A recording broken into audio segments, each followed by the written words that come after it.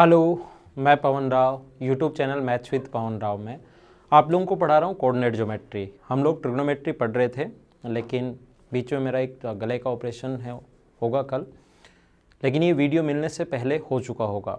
तो आप लोग बीच में मैंने सोचा कि 10-10 मिनट के कुछ छोटे छोटे मैं वीडियोज़ आपके लिए बना देता हूँ। ऑपरेशन से पहले वाले नाइट को मैं ये वीडियोज़ बना रहा हूँ, तो आपको जब भी ये वीडियो मिलेगा उस दिन तक तो ऑपरेशन हो चुका होगा। तो आप लोग कमेंट ज़रूर करना ताकि मैं आप लोगों को रिप्लाई कर सकूं, क्योंकि मुझे और तो कोई काम रहेगा नहीं लेटे लेटे उस दिन। तो उस दिन आपको कमेंट करने हैं ताकि मैं उसके रिप्लाई आपको सभी लोगों को कर सकूं। वीडियो को शेयर 100% करो वीडियो देखने से पहले ही, ताकि और लोगों को पता लगे कि किस स्टैंडर्ड से पढ़ना चाहिए एसएससी के लिए। तभी मैं आप लोगों को, क्योंकि पूरा कंटेंट आपको दे रहा हूँ और इस स्टैंडर्ड से पढ़ोगे तो सिलेक्शन हो जाएगा, फिर कहीं से आपको ये चीज़ें पढ़ने की ज़रूरत नहीं है। हेलो, मैं Pawan Rao Unacademy learning app पर भी एजुकेटर हूँ।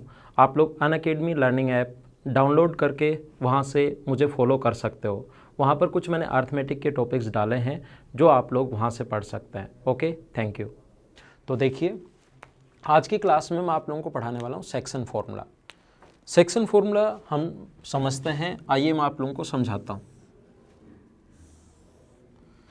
ये अपने पास कोई भी पॉइंट मान लीजिए, मान लो ये कोई भी पॉइंट यहाँ पर है x1 y1, और ये वाला जो पॉइंट है यहाँ पर ये मान लीजिए x2 y2।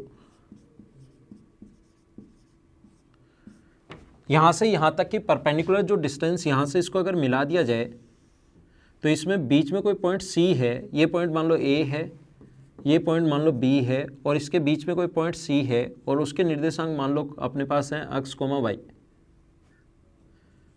इस पॉइंट C के कोऑर्डिनेट्स अगर हम लोग x, y मान लें तो ध्यान रखना आप लोग, ये अपने पास M पॉइंट है और ये यहाँ से यहाँ तक की दूरी N है, ऐसा मान लीजिए आप लोग। ये पॉइंट x2 y2 मान लो, और इधर नज़दीक पॉइंट है x1, कैसे भी मान लो वो कोई दिक्कत नहीं है, लेकिन पॉइंट आप लोग ऐसे मान लीजिए। यहाँ पर मुझे बताइए यहाँ से यहाँ तक की परपेंडिकुलर डिस्टेंस कितनी होगी? सभी लोग बोलोगे सर y2 होगी। यहाँ से यहाँ तक की जो परपेंडिकुलर डिस्टेंस होगी वो कितनी होगी? y2। ये जो परपेंडिकुलर डिस्टेंस है यहाँ से यहाँ तक, ये कितनी होगी? आप बोलोगे सर y होगी। एक्स एक्सिस से परपेंडिकुलर डिस्टेंस तो निकालनी आ गई है ना आप लोगों को। ये डिस्टेंस y2 है और ये डिस्टेंस y है। अगर हम लोग परपेंडिकुलर डाल दें यहाँ पर तो टोटल y2 थी, ये y है, तो ये कितना बचा? ये बचेगा y2 माइनस y। ऐसे ही यहाँ से यहाँ तक परपेंडिकुलर डिस्टेंस बताओ कितनी है? आप कहोगे सर परपेंडिकुलर डिस्टेंस तो y1 है। परपेंडिकुलर डिस्टेंस कितनी है? y1 है।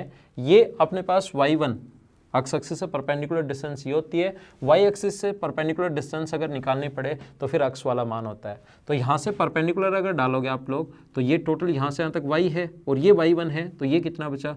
y minus y1। क्योंकि ये y1 है तो नीचे y1, पूरा y था तो ऊपर बचेगा y माइनस y1।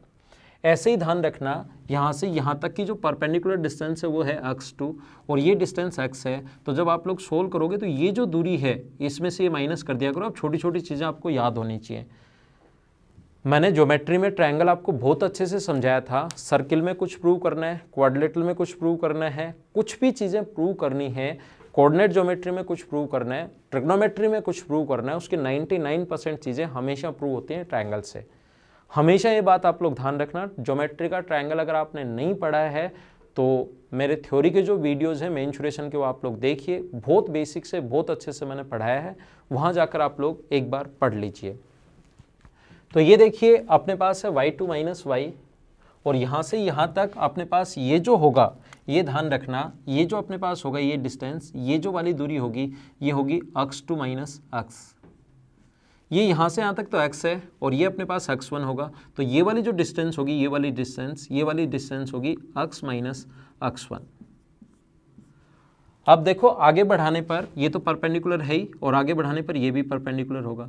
अगर एक ही लाइन पर दो लाइन परपेंडिकुलर हैं, 90 डिग्री का कोण बना रहे हैं, तो कॉरस्पॉन्डिंग एंगल इक्वल होते ही लाइन पैरेलल, तो ये दोनों लाइन पैरेलल होंगी तो ये भी पैरेलल होगी।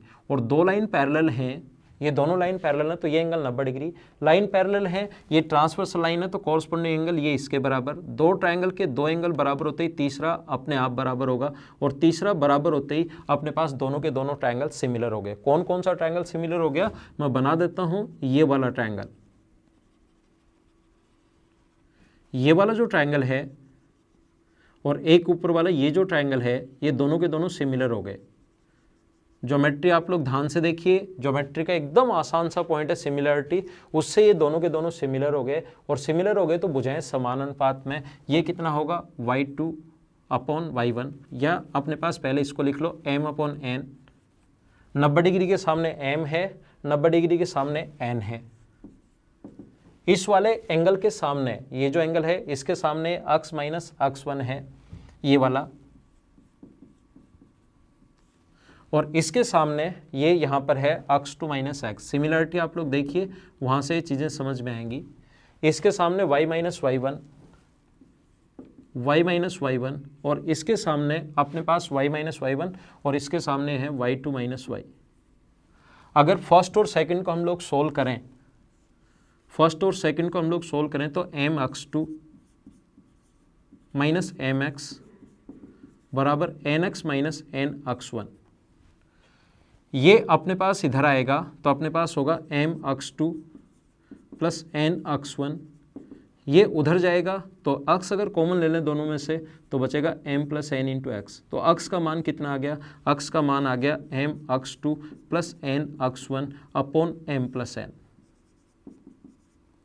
और ऐसे ही अगर आप लोग सोल्व करोगे कौन कौन से को, तो फर्स्ट सेकंड से आया है, सेकंड और थर्ड को अगर सोल्व करोगे तो सेकंड थर्ड को अगर से क्रॉस मल्टीप्लाई करोगे तो y की जो वैल्यू आ जाएगी वो आ जाएगी अपने पास m y2 plus n y1 upon m plus n।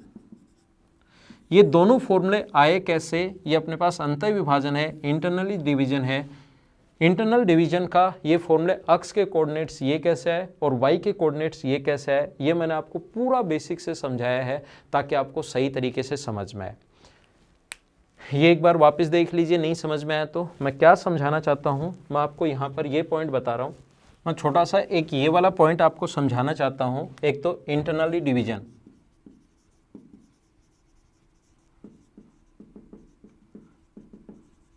अंतर विभाजन फॉर्मूला, सेक्शन फॉर्मूला पढ़ रहे हैं।